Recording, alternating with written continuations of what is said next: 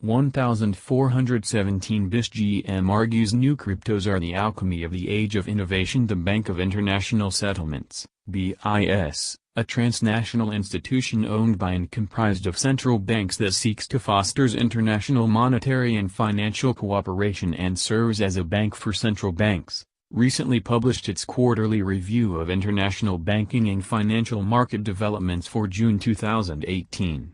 The report includes an op-ed written by BIS General Manager Agustín Carstens that describes many cryptocurrencies as comprising get-rich-quick schemes that should not be conflated with the sovereign currencies and established payment systems that have stood the test of time. BIS General Manager critical of new cryptocurrencies. Mr. Carstens' article opens with a recognition that popular confidence in legacy financial institutions has been undermined by contemporary innovations in communications and technology, such as cryptocurrency, stating that preserving trust in financial transactions is a tricky business in our digital age.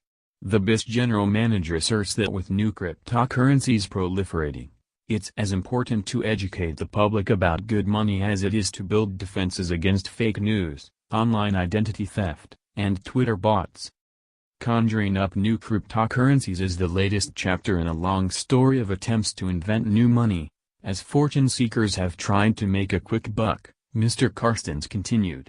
It has become the alchemy of the age of innovation, with the promise of magically transforming everyday substances, electricity, in this case, into gold, or at least euros.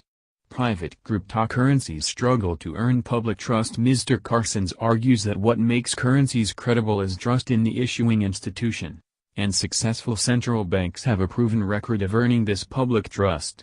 By contrast, the BIS General Manager claims that many cryptocurrencies are ultimately get-rich schemes that should not be conflated with the sovereign currencies and established payment systems that have stood the test of time. The short experience of cryptocurrencies shows that technology, however sophisticated, is a poor substitute for hard-earned trust in sound institutions. Central banks explore blockchain technology. Mr. Carstens states that currently, central banks around the world are working on systems for retail payments that will allow instant transfers, anytime and anywhere.